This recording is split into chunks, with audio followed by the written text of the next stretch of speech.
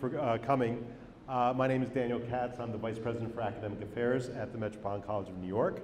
And I'm very pleased to introduce to you Jumaane Williams, who is New York City Council member from the great, proud, independent state of Brooklyn, New York. That's right, yeah. Brooklyn?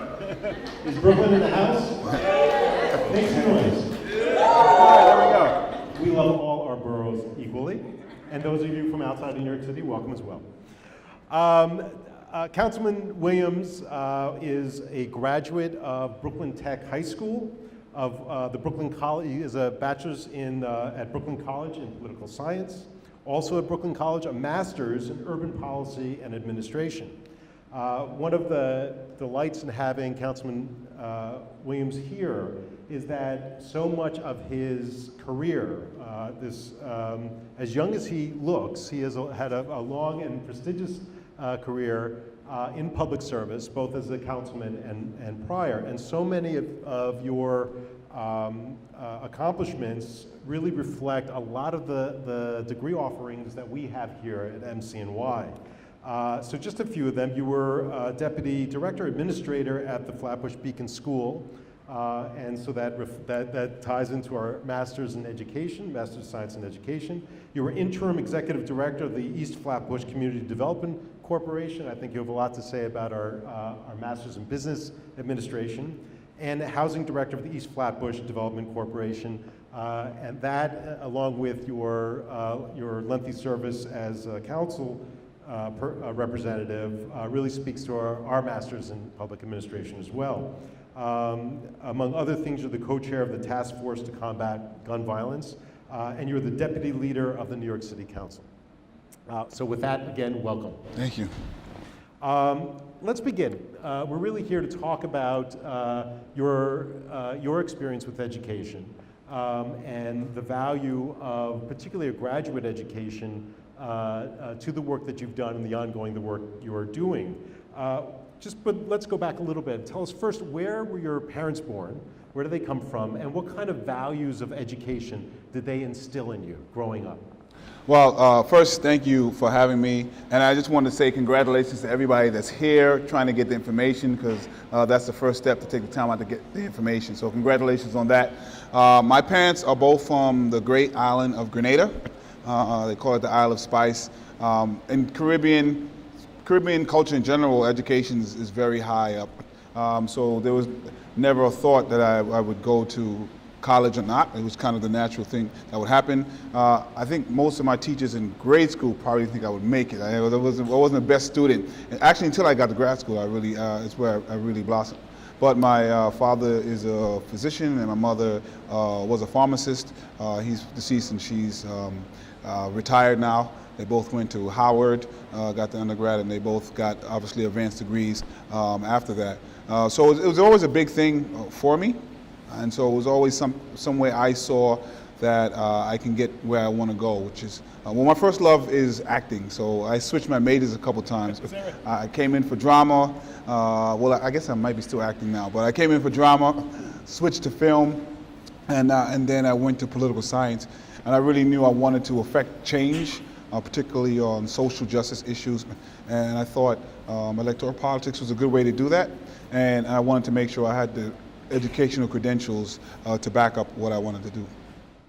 Terrific. Could you tell us a little bit about, when you think back at some of the work you did in whether it's an administrator in a school or in the Community Development Corporation, can you sort of look back and see how the education that you received, how that impacted the work that you did? Well, I think which was a very good experience. I did my grad school while I was doing some of this work.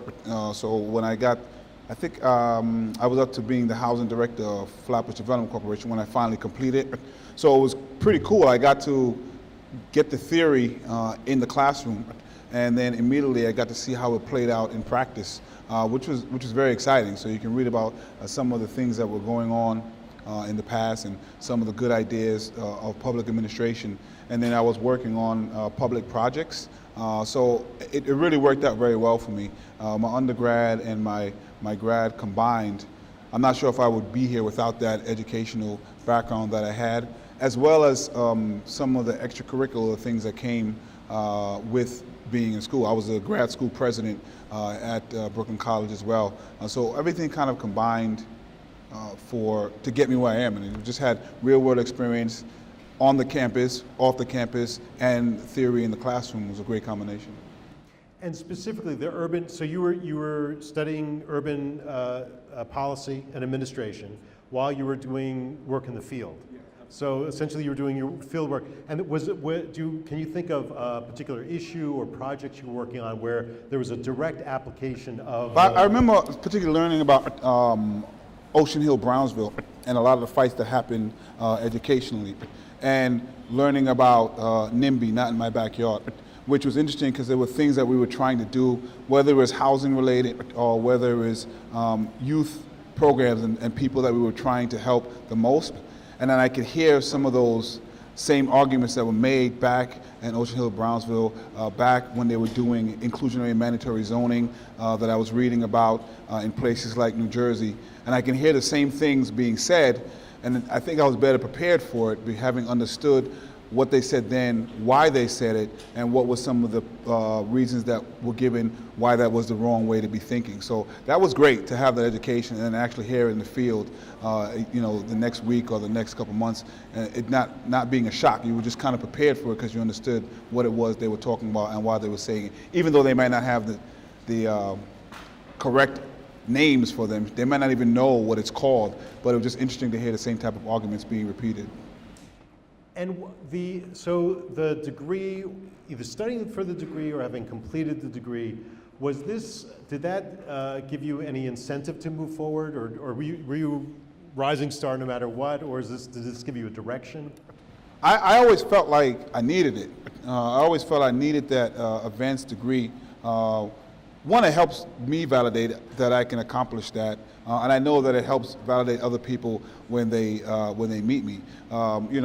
I've kind of been me for a while, so I've been tall, black guy with locks and earrings, loves hip hop, and I know that these advanced degrees help boost your resume, help boost what it is that you want to do, and so people can, just on a sheet of paper, immediately see that you've studied this, and combine that with the real world experience I was getting was just fantastic. So for me, it was never a second thought. Whether I'd be able to accomplish it sometimes, it's sometimes difficult while you're working, and actually I took a little longer than I wanted actually in the bachelor's and the master's, but it was just important for me to get it done, and I knew how important it would be to move up. I wanted to run a nonprofit, and I actually did. I was executive director of a statewide nonprofit called Tenants and Neighbors, and I knew to do that, I thought a grad degree would be helpful in getting that goal accomplished.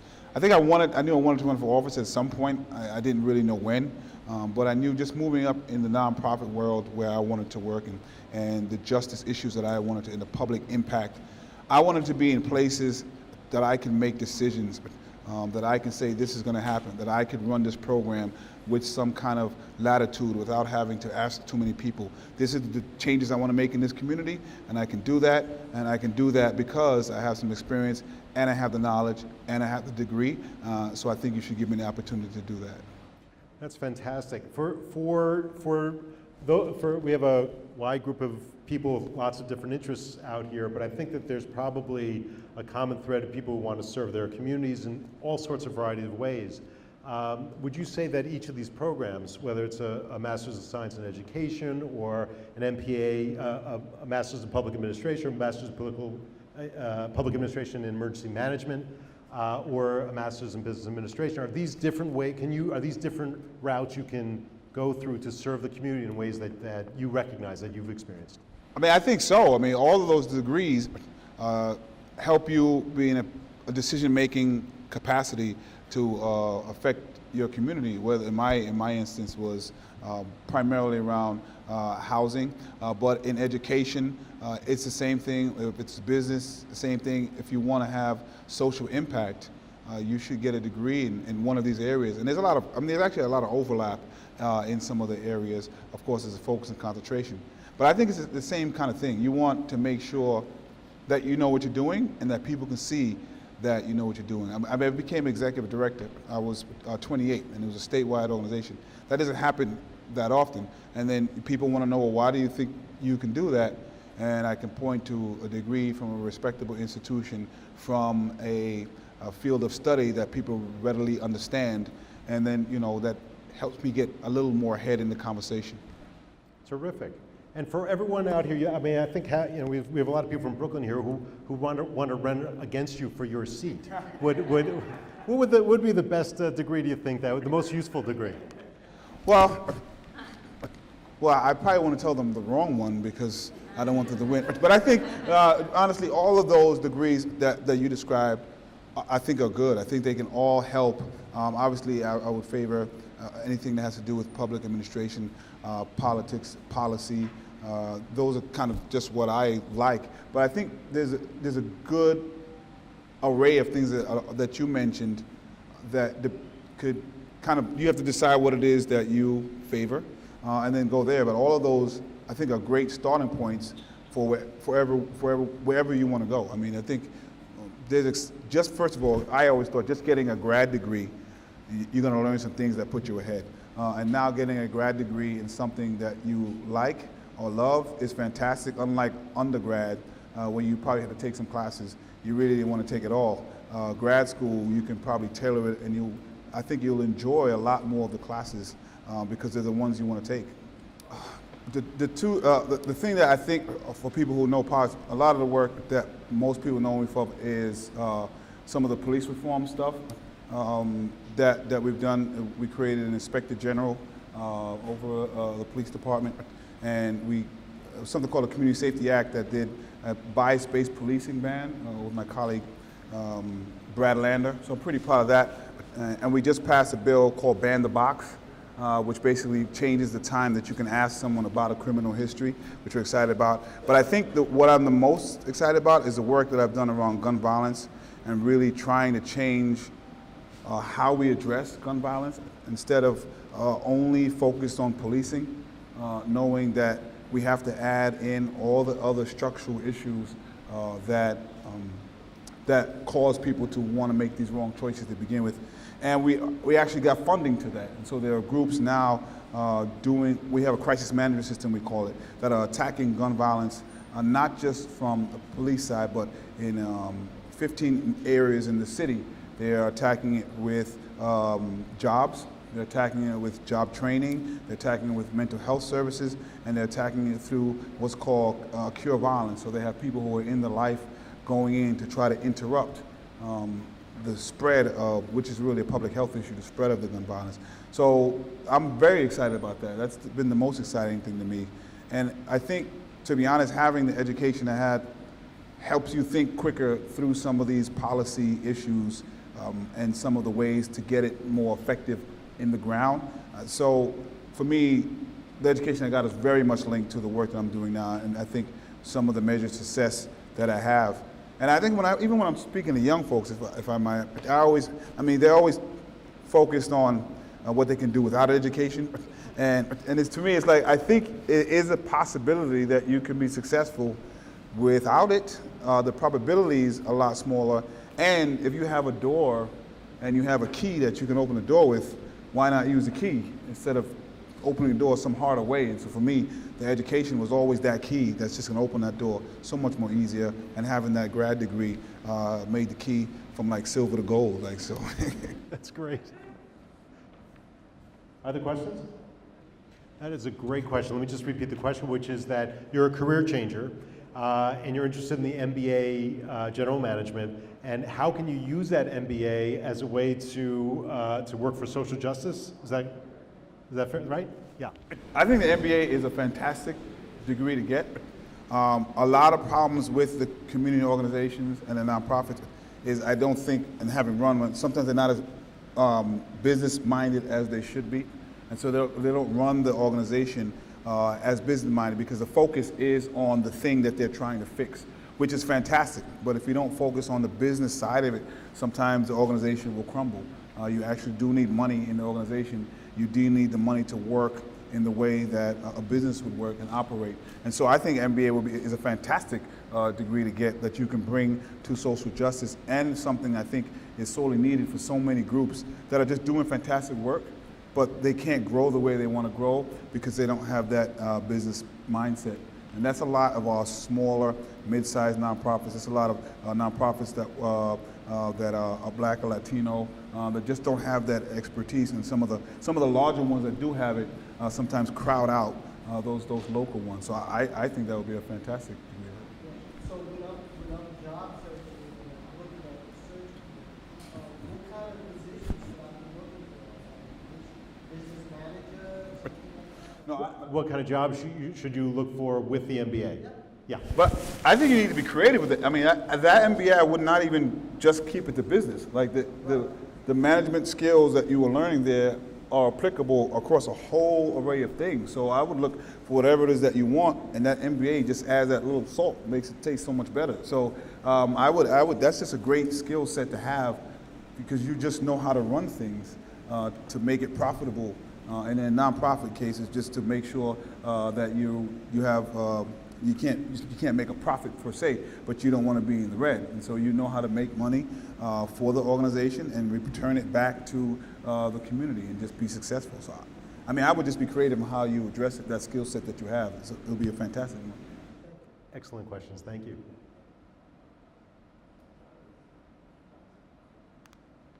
Others? Are we good? I want to thank Jumaane Williams. Thank you so much. This was really a terrific interview. Hello, everyone. I'm Dr. Patrick Iannello. I'm the director of the MS and ED program here. And just to be more specific to that question, it's a 1 year's master leading to childhood and special ed certification in New York State also. But I'm very pleased to have this evening with us Ms. Taina Borrero, who is the Teach for America New York Managing Director of Development. Thank you. Welcome to you also. In this role, she oversees annual fundraising efforts and manages relationships with key individual donors, including members of Teach for America's New York City Board of Directors and Advisors. Now, prior coming to Teach for America in 2011, she served in a variety of external affairs and communications positions at Hunter College, SEI, SEIU, the union, the New York City Department of Education, and the office of U.S. Senator Hillary Rodham Clinton. Taina is a graduate of Hunter College, where she got a BA in political science, and Princeton University, where she received an MPA in domestic policy. So to start off, Taina, please tell us about yourself and how you got where you are. Sure, thank you. Thank you, Dr. Iannello. Thank you, everyone, for being here today. A little bit about myself. I am a native New Yorker, born and raised here in New York City, born in the Bronx, by way of Puerto Rico through both of my parents, where they were born in Ponce, Puerto Rico. I spent my formative years in public schools here in New York, and really had the fortune of getting a really quality education in public schools throughout the city. So attended PS 119 for elementary school in the Bronx, and then graduated in 2001 as part of the first graduating class of Baruch College Campus High School, which was really one of the first sort of waves of the small school movement in New York City, really revolutionary. So I graduated with about 75 other students in my graduating class. I got my undergraduate degree, as Dr. Iannello said, at Hunter College here in the City University of New York. I majored in political science, had a number of internships during that time, including in the office of Senator Clinton. And upon graduating in 2006, had the fortune of working for the president of Hunter College back then, who's still the current president now, who was an incredible mentor and continues to be for me. And so worked doing government and community affairs at Hunter College for about 2 years, and then was pursuing graduate opportunities. And really at that time, and I think it's important, especially for those of you who are sure that you want to go to graduate school like I was back in 2008, I sort of knew that I wanted to go to graduate school and was trying to figure out what I wanted to go to graduate school for. And I don't know how many, I don't think you offer a JD here, but at the time in 2007 when I was working, so I was about a year and a half out of college, really felt like a graduate degree was what I needed to take my career to the next level. Really enjoyed having, I really enjoyed the advantages of a liberal arts undergraduate education. That allowed me to take a variety of different courses, but felt that if I was going to become specialized in any one area, I was going to need a graduate degree. And so at the time really thought that the graduate degree that was necessary for me to pursue a career in public service and in the public sector, I thought it was a JD. I really thought I had to go to law school. And really had the fortune of having a mentor, like I said, the president of Hunter, who actually, lucky enough for me, had both a JD from Harvard and an MPA, a Master's in Public Affairs from Princeton, and sat me down after I had already taken the LSAT and was getting ready to apply to law schools, and asked me a question that should have been easy for me to answer, but shed a lot of light, which was, do you want to be a lawyer? And the answer was no, right? I mean, I had no interest in being a lawyer. I had an interest in pursuing a lifetime of public service, and the only examples I had seen of public servants, elected officials, folks running government agencies and nonprofits, people that I considered mentors, like then Senator Hillary Rodham Clinton, had law degrees, but learned very quickly that it was a new generation and that wasn't necessary, and so pursued the path of applying to get a Master's in Public Affairs. Decided very much so after doing a lot of research that Princeton was the one school that would offer me exactly what I needed, which was just a 2-year full-time residence program that would offer both opportunities for theory and practice during those 2 years. I have a great deal of respect for people like the Councilman who actually go to graduate school part-time while working as well. I just really felt like personally I needed to just be fully enthralled and really focused on my graduate education. So I applied to Princeton. It was, I had the fortune of being admitted and spent then the next 2 years, beginning in 2008, living in Princeton, which really the only bad part of going there was having to live in the state of New Jersey. But had just like an incredible experience there that prepared me. I hope I didn't offend any Jersey people in the room. But had just like an enormous growing opportunity there, really was surrounded by top-notch faculty, had the opportunity to hone skills that I hadn't before, and to build a network of people with common interests to mine. That's a very interesting trajectory, career path, when you think about it, to lead to where you are today.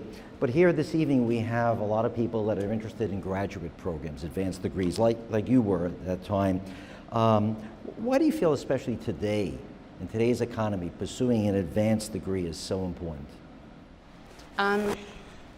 I'll tell you first why I think education is important, right? Because it goes back to why I've pursued very specifically in public service to work at a nonprofit organization that is committed to ensuring quality education for our nation's well-deserving kids who unfortunately for far too long have been underserved. I encourage you to get a graduate degree. Whether or not you pursue a graduate degree, I think the key to success for the rest of your life, it's certainly how I approach life on a daily basis in my work, is to want to have that hunger to learn on an everyday basis. I think the degree matters. It just does. I don't define myself by that degree.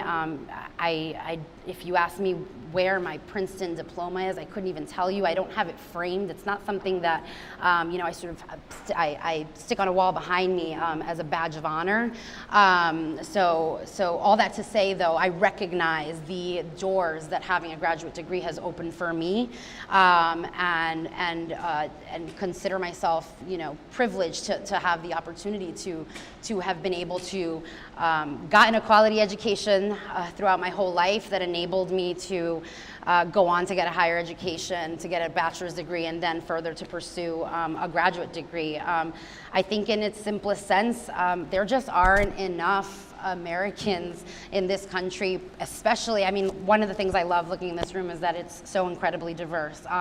Unfortunately, one of the things that was really just sort of a blow in the face and just shocking, just to my core when I got to Princeton, was seeing how few people of color like me there were pursuing graduate degrees. And so it actually inspired me, right, to say, like, what is wrong with the system of education in this country that is failing kids at such low levels, right, time and again, and making sure that there's high dropout rates in communities of color, such that they're then not reaching college, and even less are then reaching graduate school. So that was inspiring to me. So I think, again, it is unique in general to have a graduate degree. I think it opens doors. I think education in general is the one thing.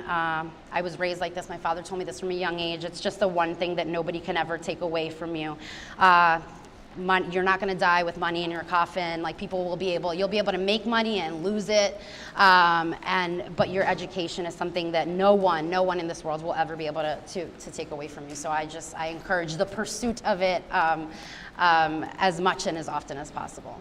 Now, you're the Managing Director of Development at Teach for America. I'm not sure everyone here knows about Teach for America. Could you please tell us a little bit about Teach for America and what your responsibilities are there? Sure. Can I just show of hands? It's usually helpful. Can you raise your hand if you've at least heard of Teach for America and know vaguely what it is? All right, good. Pretty good showing. All right.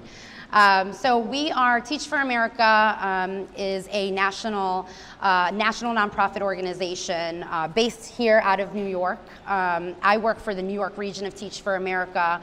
We are sort of at our core a leadership development organization that was founded 25 years ago, actually, by a fellow Princeton alumna, Wendy Kopp, who was inspired then as a senior in college at Princeton in her thesis writing process to develop the idea of Teach for America. Back then, what Wendy had seen was that so many of her, impressive, driven peers were being recruited by, big banks and consulting firms and all into the private sector. And if they wanted to consider careers in public service, there were actually very few avenues to do so, and certainly not heavy recruiting efforts on their campus encouraging them to commit to public service. And so she was inspired to start Teach for America, again, 25 years ago. It was a much smaller movement than it is now. Back then, with about 6 regions. Now we operate in close to 50 regions throughout the country.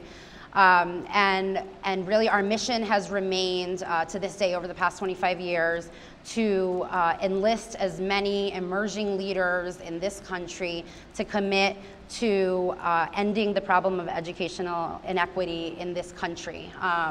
And to committing at a minimum 2 years to teaching in a low-income school. But really our mission has evolved into becoming one of really just a lifetime commitment for all of our core members, whether they choose to stay in the classroom beyond those 2 years or go on into leadership positions in education or run for office, some of whom do, or even go into the private sector, that really those 2 years instill in them a deep commitment and a belief that the problem of educational inequity in this country is A, unacceptable, and B, solvable in their lifetime. And so what I do at Teach for America, to answer your second question, so I run our fundraising efforts here in the New York region. We're the largest region of Teach for America. We're part of, like I said, part of a large national nonprofit, but our regions are charged with fundraising the operating costs necessary to support the teachers they have locally on the ground. So here in New York, we have about 2,000 teachers on the ground. That includes our active core members doing their 2-year commitment, as well as many of those individuals who have chosen to lead a lifetime of commitment to education in the classroom in New York City public schools, in both district and charter schools. And so I help raise the funds necessary from high net worth, incredibly generous philanthropists, and mainly individuals here in New York to support those efforts. Very good. So we have a number of people here this evening that are interested in becoming teachers, and I'm sure that it's similar to the types of people that you're recruiting, that really, as you mentioned, they need to have a mission really to change the world, so to speak, right? And starting in the classroom, making a difference, but also being highly skilled. So an advanced degree certainly would help them, and in our case here, the MSED program would do that. Do you have any words yourself that you'd like to say at the end here now? Thank you. I encourage you to. I think I'm not sure if I said it earlier, but really,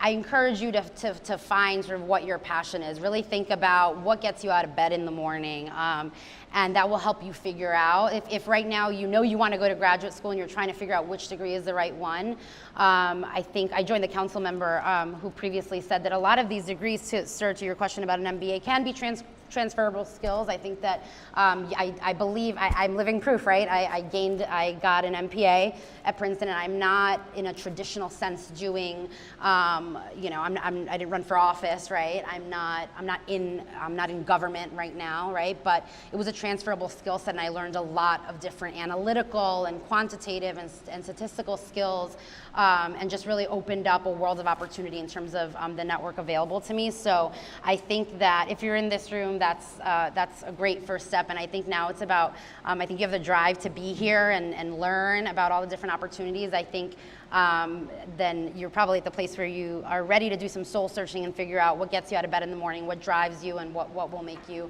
a happy just individual and a contributor to make this world a better place. So good luck. And you're a good example of that. Thank Really you. appreciate it for those inspiring words. Thank you very much. Really a pleasure having you with us today.